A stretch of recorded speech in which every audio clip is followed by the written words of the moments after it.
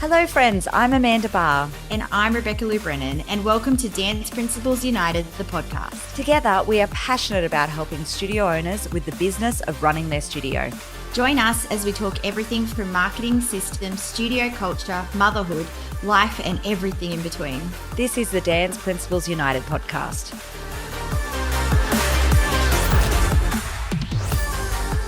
Well, hello friends, it's Bec here from the Dance Principles United podcast. I am so excited to be joined by an incredible business owner. This is Ellie from Carnival Dance. How are you, Ellie? I'm good. Thank you for having me. I was so excited to have you. Now, I first got introduced to Carnival, I think only last year. Yes. And it is one of the best competitions I've ever done. And I was really shocked to hear that you've only had this competition for a few years. Is that correct? That's right. Yeah, it's we've had 2 seasons now, so we're going into our 3rd season. Started in 2024. That is insane because it is so well run. It is so professional. I'm blown away by it. We're doing it again this year for Troop. We're so excited. My soloists love it. So yeah, I thought we would chat to you today because I want to talk all things comp and all things you. So why don't we start with your dance journey? You grew up dancing. Yes, that's right. Yeah. Well, thank you for the wrap. They're obviously, we're trying to do things a little bit differently with Carnival and really elevate the comp scene. My background in dance, I started when I was 4, like most of us do. Fell in love with it. Yeah. I had I grew up in the Southern Highlands, I should say that. So it was a very, very small dance school. Yeah. I had a teacher there that made me fall in love with dance. Yeah. So I moved on. At that point, the only goal I saw in mind was going to Brent Street Studios. Right. That was the one and only goal. I couldn't see beyond that point. Sure. And that happened. I ended up going to Brent Street Studios, did the 12 months full-time course. And so that's kind of where my love of dance got started. And after that, I went on to do a bunch of dance contracts and things like that. So that was So who was your teachers at Brent Street? Like what year? Ooh, yeah. So the most influential, I'd say, we had Renee Ritchie at the time. I love her. She was amazing. Jason Winters was still doing his Winters course. I love Jason. He's incredible. Yes. Cameron Mitchell was super involved. Yeah. Lucas is now the owner and director. Yeah. He was a teacher at the time when I was there. Yeah. So, there was a bunch of icons. I was actually, and I know now Cassie is probably one of the most influential in the studio. She was in my full-time year. Right. Yeah, that's crazy. It's crazy how that all turns around. Yeah. So you went and did some dance contracts. Yeah. Loved it. Came back to Australia. COVID, I assume. Yes. Yeah. So during COVID, goal at the time I was doing my visa to go over to the States. Right. Yeah. So I'd spent 2 of my dance contracts were in the US. So I traveled the US for 2 years on a show and then fell in love with the country. I did a few other contracts and I was like, US is where it's at. That's where I want to go. Absolutely. Working on my visa, COVID happened. That all just got, stopped. So that didn't end up happening. And then obviously we were kind of here in limbo, not knowing whether we could travel or not for a few years. I ended up having a baby. Oh, did you? Yes. Yes, I had a baby during that period. Yeah. And I guess that was my main pivot moment in my career of like, okay, so what does this look like in the dance world? Yeah. After having a family, you're limited with how you can travel and things like that. So it was a huge pivot period for me. And that's when Carnival was born. Yeah, right. Yeah. And so you did a lot of comps growing up. Yes. I did a lot of comps growing up. Yes. So the difference in comps from then to now is so crazy. So different. Yeah. Did you do solos? I did. Yeah. I wasn't like a every weekend solo kid. I'd probably do like 5 or 6 a year. Yeah. But that was just like, it was a school hall and literally, you'd bring in your CD and no one was allowed to touch the CD before you came in because if there was a scratch on it and it jumped when you're on stage, like it was the worst thing. Yeah. Obviously things have changed since then. Yeah. But that was, it was a long time ago. This is how old I am. Back in my day, it was a cassette tape. And I remember we used to cut the music by pausing and then unpausing the cassette tape. Not even kidding. No. Yeah, that's how you cut. It'll be all need to edit it. You had like a double cassette. This is how old I am, guys. Showing my age. You had a double cassette. Yeah. And then this one would be recording. Yeah. And play this one. And then you'd have to pause where the cut was and then you unpause it. You're kidding. Oh my, how long did that take to edit a track? I got pretty good at it. I used to do all the editing for my teacher. I started teaching when I was 13. Yeah. And I was teaching classes on my own when I was 14. I just think I was a born teacher. Yeah. And we had the paper entries that you had to post. Wait, what? What does that look like? There was no computer. There was no email. Oh, yeah. Yeah. So we had the paper entry. So you had to fill out the paper entry and you had to post it. In those components forever. Yeah. And then they would post you back the program. Wow. That's how it worked. And there were no late changes, I'd imagine, back in the day. No late they wouldn't change it. No, absolutely not. And there was no mobile phones. Yes. None of that. When I was growing up, yeah, it's crazy, right? Ours was definitely a printout paper. We were definitely not following along on a live schedule back then. My mum would do all of that. I don't really know what effort she went to do that. Probably the dance teachers did it back then too. They just probably enter all the kids. Yeah. Yeah. Now the parents are a lot more involved in their kids' entries. Oh, yeah. Yeah. So crazy. So crazy. And then just how much the standard has changed. Mm-hmm. Insane. Insane. Yeah, I feel like that is getting crazier and crazier. How high level these kids are. I mean, back in my day, if someone did a cartwheel, it was like, whoa. Yeah, same. You know, if you were getting a Barani, like people would bow down to you. That was, yeah, in my day, unheard of. So I grew up with actually Lucas and Josh Horner are the same age as me. We would go to the same comps because we all were on the Central Coast together. So we would be in the same comps on the Central Coast. And Josh and Lucas, I remember because they were boys, had some macro tricks. Yeah. Maybe a side aerial. Maybe. Yeah. But, you know, that was impressive. That was so impressive. Yeah. That was it, though. Yeah, that was it. Yeah. But now it's like a 6-year-old is doing a backhand. But I say this all the time. I'm like, where do we go from here? I'm like, we're at this incredible standard and level. And I don't know where we go from here. There's obviously a lot of studios doing amazing jobs with their studio. Insane. Kids are committed way more, I think, than they used to be. Like kids will now be in the studio 20 plus hours a week because they want it so bad. Yeah. Which is obviously incredible. They've clearly been inspired from generations before, but I don't know where we go from here. You know? Yeah, I think if anything, and this is just my opinion, but I think maybe we scale back some of the tricks and we bring dance back onto the table. Not that, you know, the tricks are a part of the routine, but they can't be the routine. I totally agree. But yeah, and I think if you look to America right now, that is what's kind of starting to trend over there is there's a lot less tricks and a lot more of the actual dancing and choreography. Yeah. And I do hope we get to that as well because it is a lot on these little bodies. Yeah. You know, when they're having to do some pretty insane tricks. And I know that they're malleable and, you know, they can do that stuff at that age. But yeah, it's a lot. It's a lot on them. Yeah.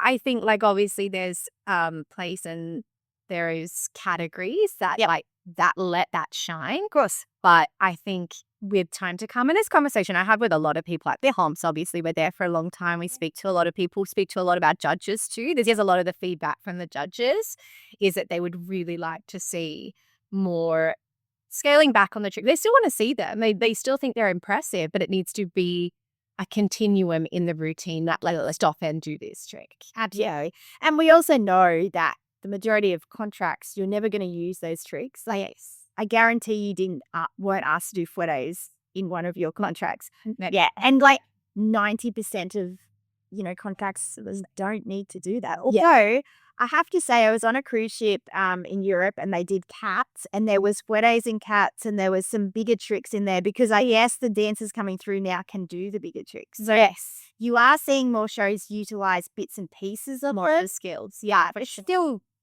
90%. I mean, you're probably never going to have to do a kick turn.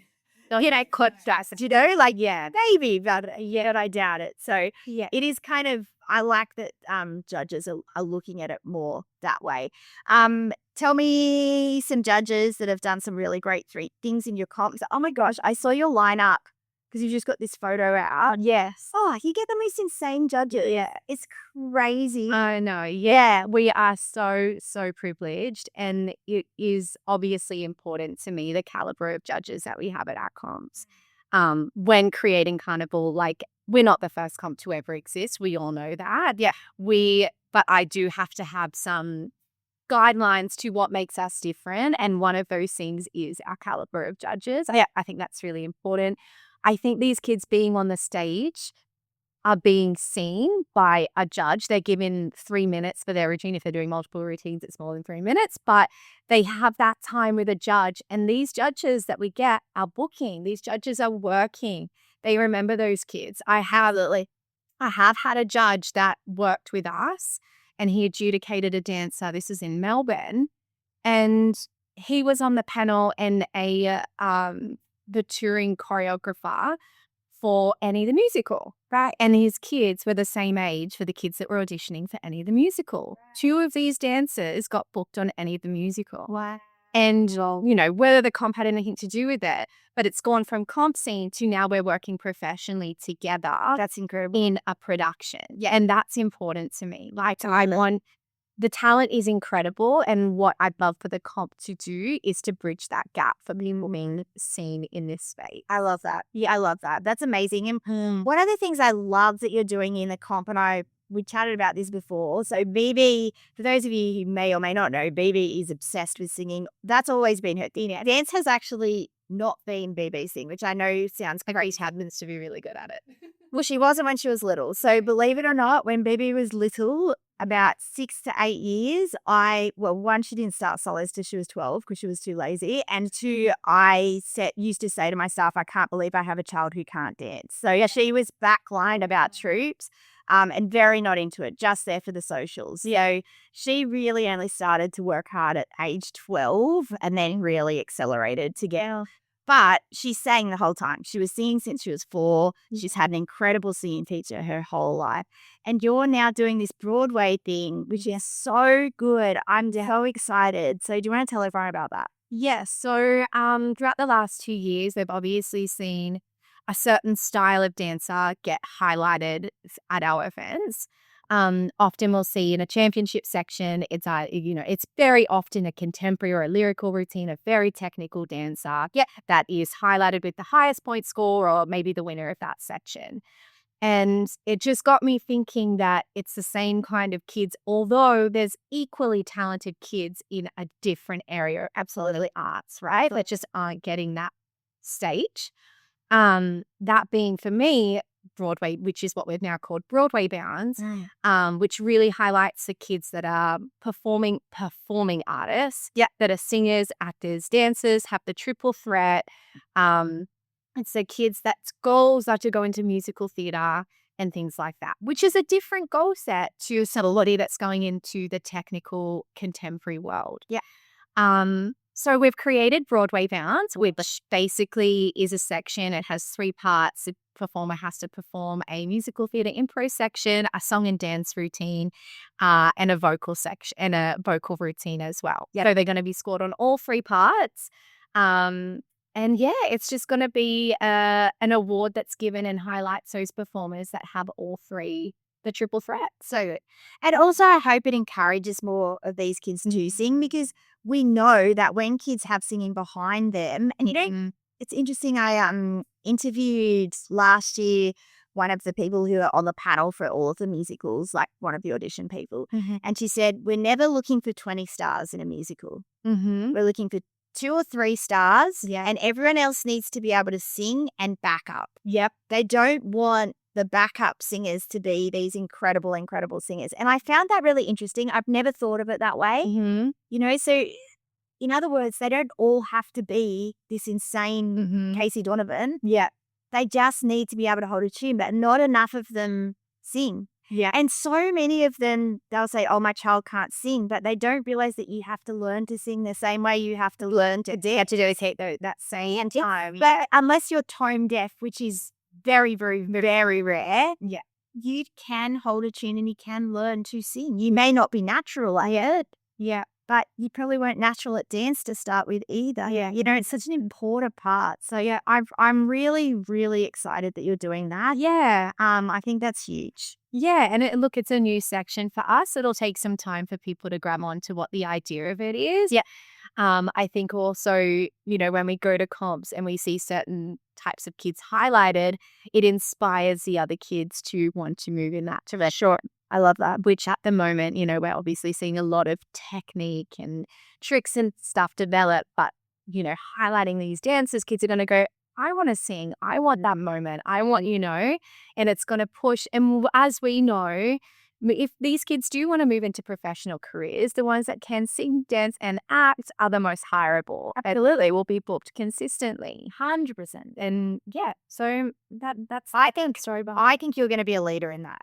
I really do. I think that is so, so huge and so different. Yeah. What other things are different about Carnival? Tell me because what I loved most, and I don't think a lot of people do this, is the live program. Mm-hmm. Because at other comps, you're like, run up and see what it's up to, run back and see and then it's up to this. And then run up. Or the comp needs to have a runner or multiple runners if dressing rooms are in different areas. There is, like, I love that there's that live thing. We know where it's up to. We know when to line up. Yeah. Just made everything so much easier. Yeah. So organization is a big one for Yeah. like just having it really organized. My partner actually developed that app. So I had all these things I was going, this is hard, this is hard, this is hard. Or it's never been like it's hard, too hard basket. It's been, how can we make this better? How can we improve this? Yeah. So he developed the app and it does all my scheduling. It does the timing. It does music. And all of this just means that we can have a much nicer experience with our customers. If our customers need to change their music the day before, I'm not stressing because I've got 12 steps I have to do to change that music. I go, great, just upload your music. It will be on the portal tomorrow morning when we turn on our app. It's fine. It's not an issue. Yeah. And obviously a lot of, there's a lot of angst and, for parents that are first-time parents, at the comp world, or how does this work or how does that work? And I just really think the more simple we can make it and the more friendly we can be in their experience, it just makes a world of difference. And we get that feedback a lot. Yeah, it is so, it is so calm, easy, friendly. I would totally agree with that. That's exactly how it felt for me. Yeah, good. Yeah, I mean, that's like, there's obviously different things areas and categories that we want to make a bit different, but that's one of them. Yeah, absolutely. Some great judges that you've worked with. Mm-hmm. Who's some of the really good ones, or some of the ones that have really stood out for you? Yeah. Oh, good question. Probably so many of them. Yeah, there is like a different reason. There is so many. Yeah. Who do I have back a lot? I obviously love Ryan Shepherd. We've got him back. Yeah, tell me about him, because we're talking about him because BB's in your comp next weekend, is it? In 2 weeks. Oh, could be next weekend. I'm losing track. Anyway, soon.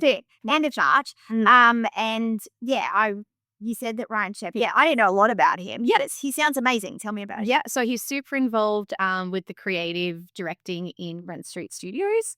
Yeah. He has also had like a huge background in musical theatre, was on Wicked for, I could be wrong, but about 10 years. He had a really long stint on Wicked. Wow. And he just, again, for the Broadway bound section, it's good to have a judge that has that understanding of not just dance, but singing and acting as well. So we've had him back a few times. Love him. We have Marco a lot. We love working with Marco. I love Marco. Yeah, he just gives such positive feedback. Also really great feedback. We had him for Troop when we did it last year. Yeah. And yeah, just really, he's just such a amazing human. He loves dance. Yes. And you can tell. Yeah. And his career speaks for itself. Absolutely. But he's so influential in the Australian dance scene. He still loves it. He's such a pleasure to work with. He's not hard. What, Precious? Not Precious. Is he right? Yeah, he could be. And yes, he's busy. His time is precious. Absolutely. But he's just so willing to be there and to just give each of the kids on the stage the time and the respect to give them their feedback. Oh my God, you know, one of the things just thinking that I love is when you do that dance off with all the kids. I love that. Yeah. Oh, that reminds me, PJ. He's another one that I've loved. Incredible. Yeah, incredible. Another incredible soul. And he just when he gets up on the mic, everyone's jaws just drop, and there's no noise in the audience because he just commands attention, and he has something to say. He's out just talking to talk. He's like, I have something. There's a message I want to give you, and I want you to leave here taking something from this experience together. And he was actually one of I think he's the one that started our dance circle from memory. He just got up there. I didn't ask him to do anything.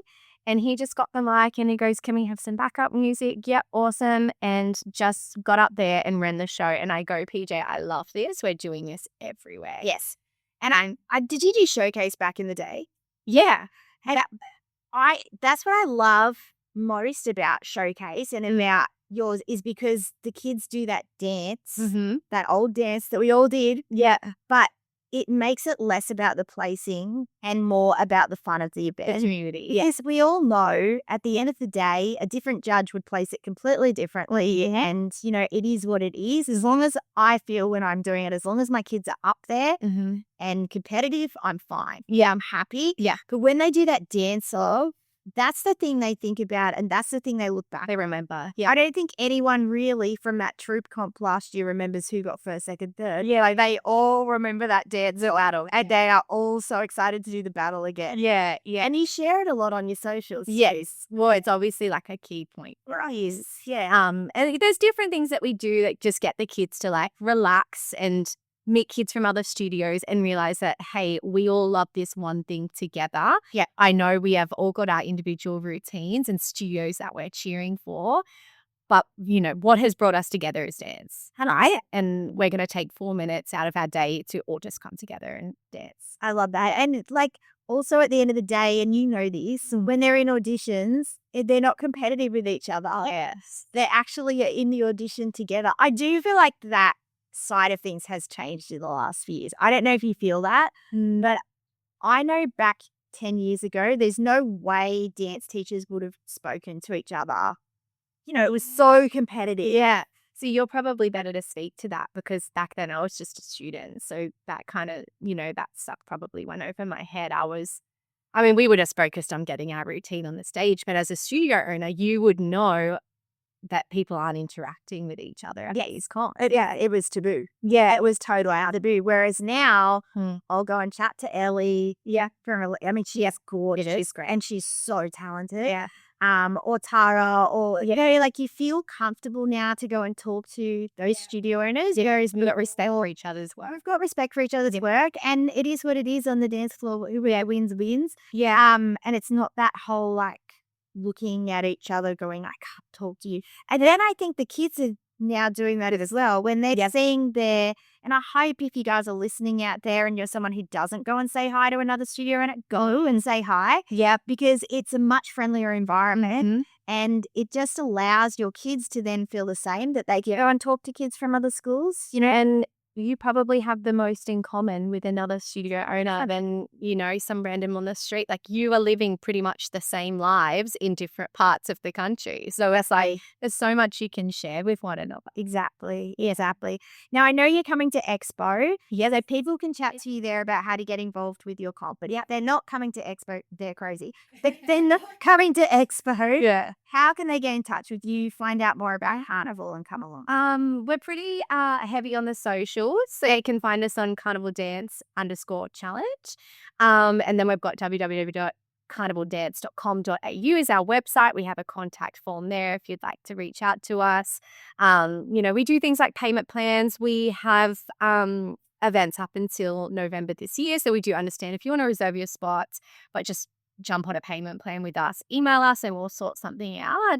But any questions, like we're very happy to answer. We've got 2 full-time staff that work 5 days a week just to answer all of these questions. Really? Yeah. That's incredible. And that is because there is a lot of questions. But you know what? Like, and I think that's important that we're there to answer them and to hold you through that journey. Wow. Yeah. That's so insane. Hey, lastly, to finish off, what is like the future of your call? Oh, big question. I have big goals. Look, when I started Carnival, I pulled out my book of like my dreams and, you know, different things I wanted to do in the dance world. And this seems like the right first step when it came to stepping into the entrepreneurial space and starting something for myself. But like a big goal for me is obviously seeing this incredible level of dancers have more opportunities. Yeah. What that looks like is still to be determined. Yeah. And there's a few different things that I'm working on in the back end, and I will announce some things soon. But like the step is, the goal here from Carnival is to create more opportunities for those dancers. I'll say that much. You're incredible. Well, we can't wait to hear all about it. And thank you so much for coming on the podcast. So it's been so much fun. Thank you. Thanks, guys. Have a great week. Bye-bye. We hope you enjoyed this episode of the Dance Principles United podcast. If you'd love to learn more from us, we have a special offer just for our podcast listeners. Go to the link in the show notes right now to get 2 weeks free in Dance Principles United Tribe. We would love to see you there.